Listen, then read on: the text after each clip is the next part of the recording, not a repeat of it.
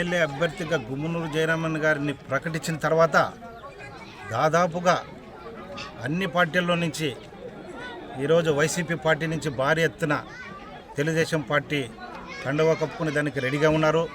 అదేవిధంగా ఈరోజు పామిడి మండలానికి వెళ్ళాం.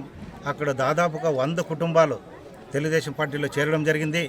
అదేవిధంగా జయరామన్న గారు కూడా నెక్స్ట్ మన నియోజకవర్గానికి మొట్టమొదటిగా వచ్చిన రోజు నుంచే ఈరోజు భారీ ఎత్తున వైఎస్ఆర్ కాంగ్రెస్ పార్టీ నుంచి తెలుగుదేశం పార్టీలో చేరేదానికి ఎదురు చూస్తూనే ఉన్నారు.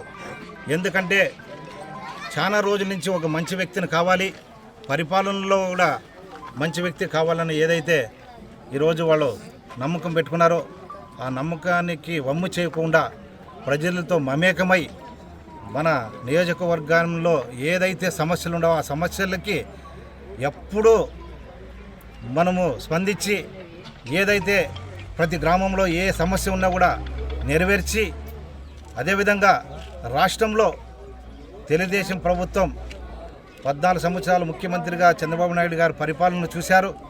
ఈసారి ఖచ్చితంగా తెలుగుదేశం పార్టీ చంద్రబాబు నాయుడు గారు ముఖ్యమంత్రి అయితేనే చదువుకున్న విద్యార్థికైతేనేమి, రైతన్నలకైతేనేమి, అక్క చెల్లెమ్మలకైతేనేమి ఆ ప్రభుత్వం వస్తేనే మంచిదే జరుగుతుందని ఏమైతే విశ్వాసం పెట్టుకున్నారో ఖచ్చితంగా ఈరోజు ప్రతి గ్రామాలకు వెళ్ళినప్పుడే ఆ సంతోషం ఆ ప్రేమ చూస్తుంటే ఖచ్చితంగా తెలుగుదేశం పార్టీ అధికారంలోకి వస్తుందని చెప్పి ధీమా వ్యక్తం చేస్తున్నాం.